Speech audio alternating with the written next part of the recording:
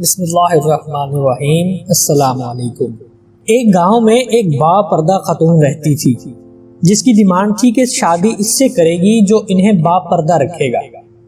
ایک نوجوان اس شرط پر نکاح کے لیے رضامند ہو جاتا ہے۔ دونوں کی شادی ہو جاتی ہے۔ وقت گزرتا رہتا ہے یہاں تک کہ ایک بیٹا ہو جاتا ہے۔ ایک دن شوہر کہتا ہے کہ میں سارا دن کھیتوں میں کام کرتا ہوں، کھانے کے لیے مجھے گھر آنا پڑتا ہے جس سے وقت کا ضیاع ہوتا ہے، تم مجھے کھانا کھیتوں میں پہنچا دیا کرو۔ بیوی راضی ہو جاتی ہے۔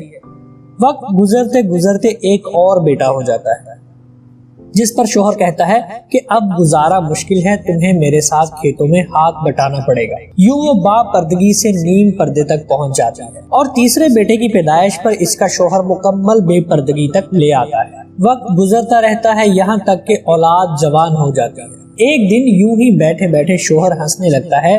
بیوی سبب پوچھتی ہے تو کہتا ہے کہ بڑا تو پردہ پردہ کرتی تھی، آخر کار تیرا پردہ ختم ہو گیا۔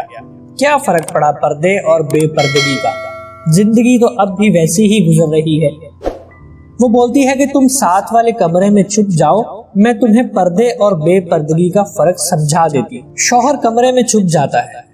عورت اپنے بال بکھیرے رونا پیٹنا شروع کر دیتی ہے۔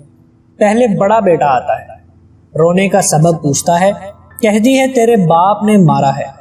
بڑا بیٹا ماں کو سمجھاتا ہے کہ اگر مارا ہے تو کوئی بات نہیں، وہ آپ سے محبت بھی تو کرتے ہیں، آپ کا خیال رکھتے ہیں۔ وہ سمجھا بجھا کر چلا جاتا ہے۔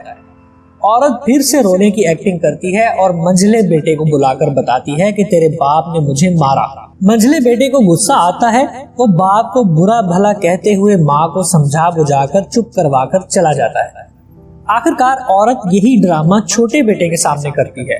چھوٹا بیٹا تو غصہ سے آگ بگولا ہو جاتا ہے اور زور زور سے گالیاں بکتے ہوئے ڈنڈا اٹھاتا ہے اور کہتا ہے کہ ابھی باپ کی خبر لیتا ہوں۔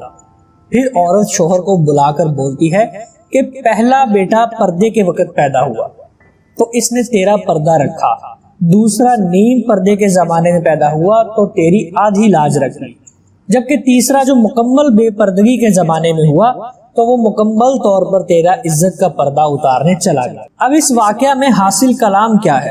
پردہ عورت کا فطری تقاضا ہے جو خالق مرد و زن کی طرف سے قاعدہ بھی ہے، جس کی بے شمار حکمتیں خالق ہی جانتا ہے۔ اور یہ دنیاوی قاعدہ بھی ہے کہ اگر آپ کسی مشین کو چلانے کے لیے کمپنی کی ہدایت چھوڑ کر عقل سے چلانے کی کوشش کریں گے تو مشین کی بربادی یقینی ہے۔ یہی وجہ ہے کہ جو لوگ عورت کی آزادی کا تجربہ کر چکے ہیں ان سے پوچھئے کہ آج وہاں ریپ کا کیا تناسب ہے، ان کے معاشرے میں ماں بہن بیوی بیٹی کو کیا مقام حاصل ہے، اور پھر وہاں کی اولادیں اپنے والدین کے ساتھ کیا سلوک کرتی ہیں، یہ بھی کسی سے پوشیدہ نہیں۔ اور مشرقی معاشرہ میں آج بھی ماں بہن بیوی بیٹی کو کیا مقام حاصل ہے اور ہمارے معاشرے میں عورت کس قدر محفوظ ہے یہ بتانے کی ضرورت نہیں۔